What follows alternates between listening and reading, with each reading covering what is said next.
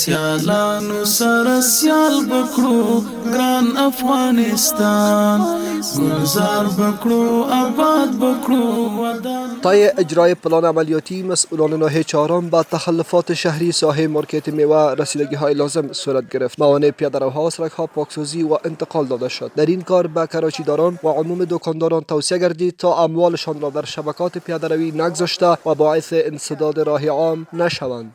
روزه تیمای ما در سایه مارکت سرای شمالی شهر نودان با خاطر پاکبری جاده ها و پیاده‌روها برای آگری دوام دارد. امروز شما شاهد هستید که ما در سایه چهارراه مارکت همه دست فروشا را در ساعت من از جایی که برش تعیین شده در اونجا تنظیم کردیم.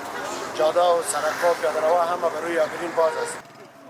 جانان افغانستان سیالانو سره سیال بکړو ګران افغانستان گلزار بکړو آباد بکړو ودان افغانستان گلزار بکړو آباد بکړو ودان افغانستان ودان افغانستان ودان افغانستان ودان افغانستان تخمونه مو کرلی د ورورۍ او دیوالۍ راشن بشي زرغون با.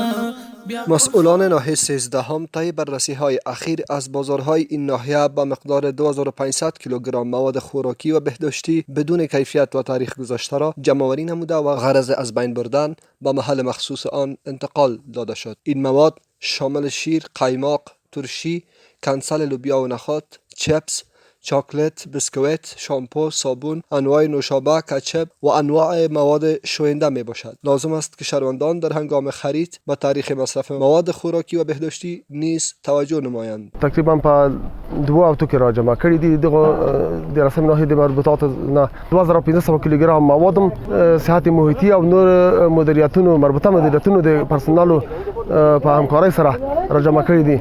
په آینده کې موږ کوشش کوو چې په دغه ساحه کې مواد ترڅره مواد وګورو او چک کو ترڅو په دوه دکانو کې یا په دغه انګرو کې هیڅ تاریخي مواد پیدا نشي. ان شاء الله د هدف د مونږ دی چې خلک با تاریخي مواد په خلکو باندې یا په همکارانو باندې ونه پلوري. محکم بکړو وصال بکړو ایمان افغانستان سیالانو سره سیال بکړو ګران افغانستان.